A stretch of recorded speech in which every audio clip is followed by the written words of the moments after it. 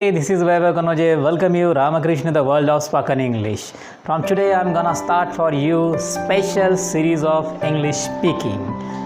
And that series that I'm gonna teach you each and everything whatever just necessary for just learning English easily. इस series की शुरुआत हम आज से शुरू कर रहे हैं, जिसमें मैं आपको बताऊंगा 12 कॉमन सेंटेंसेस, 12 ऐसे कॉमन सेंटेंसेस के जो it will be helpful to in your day to day life. यदि आप इसे सही तरीके से याद करते हैं, सही तरीके से इसका यूज़ करते हैं, so it will develop your English easily. Even whatever the dialogues you are applying there by using that may, as every time using may is getting old one fashion. So give up that old one fashion of that may there and just apply the new one there thing there. In this video, I'm just gonna tell you in the 12 common dialogue the same format to you. So let's keep watching there. यदि आपने आज के इस video को subscribe नहीं किया है तो इसे इमीडिएटली सब्सक्राइब कर लीजिए, साथ में इसे लाइक करना भी ना भूलें। In my last video I already explain you there 1 hour formula. अंग्रेज़ी सीखने के लिए आपको यह 1 आवर फार्मूला देखना बहुत ही ज़रूरी है। देखने के साथ साथ इसे आप रोज़ इसे फॉलो करना भी शुरू कर दीजिए। So let's just start now today 12 common sentences.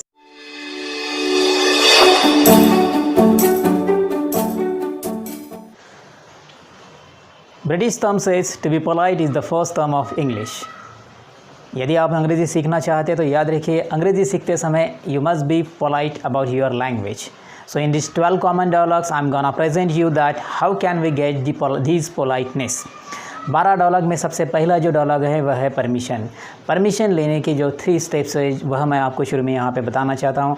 आप जब भी परमिशन लेते हैं तो परमिशन लेते समय आप कहते हैं may I come in. So may I come in, that's old one fashion there. So just give up that and just use that what I am gonna tell you there. पर याद रखिए, जब आप परमिशन लेंगे, before going to get the permission set your position well.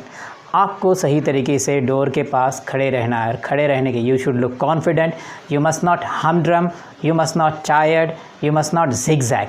आपको वहाँ पे you should be straight and confident. आपको वहाँ पे सीधे और सही तरीके से कॉन्फिडेंटली आपको खड़े रहना है। उसके बाद ही आपको परमिशन लेनी है। सो परमिशन लेते समय use the dialogue excuse me can I come in sir please.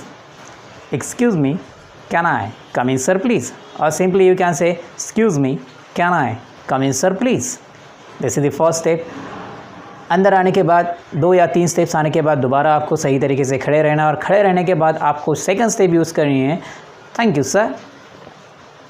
Thank you कहते समय TNK पे स्ट्रेस दीजिए, thank you sir. Third step, जब आप चेयर के पास आते हैं तो याद रखिए कि आपको चेयर के सामने नहीं जाना है, ना ही चेयर के पीछे रहना है। आपको चेयर के साइड में सही तरीके से खड़े रहना है, और खड़े रह के वहाँ पे थर्ड स्टेप विशेष जो है वो आपको देने हैं। यदि सवेरे का समय है तो आप कह सकते हैं good morning sir, good morning ma'am.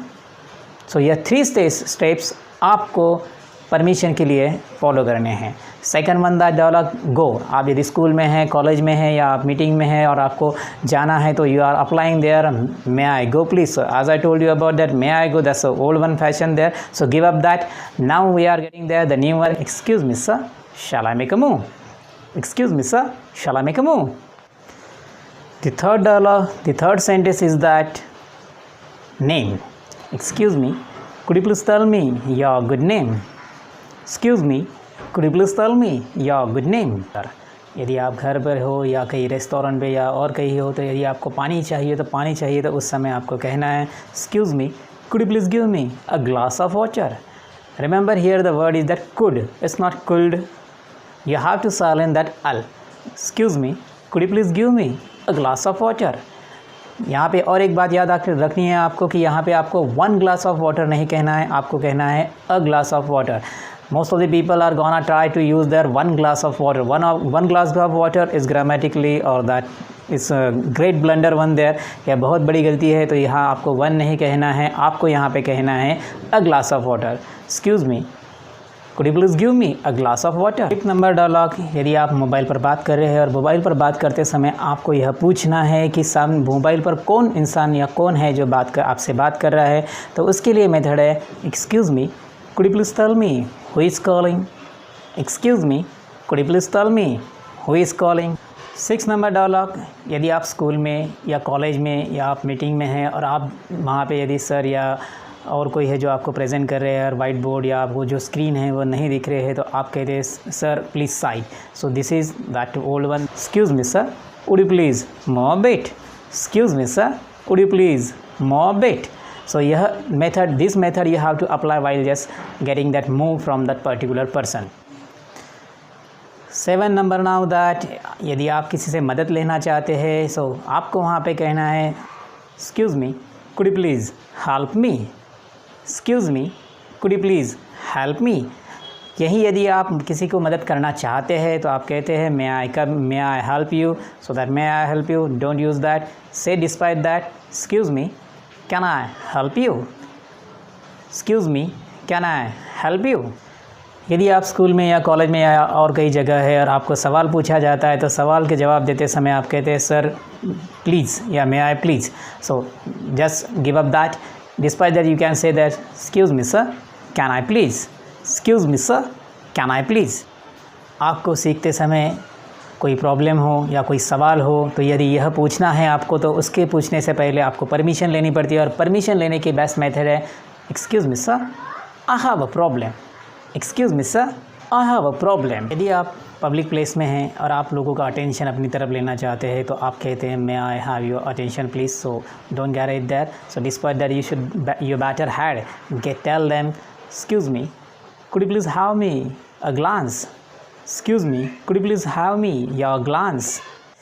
if you are in bank or school or somewhere else और आपको यदि पेन की ज़रूरत है या और कोई किसी चीज़ की ज़रूरत है तो आपको किस तरीके से कहना चाहिए.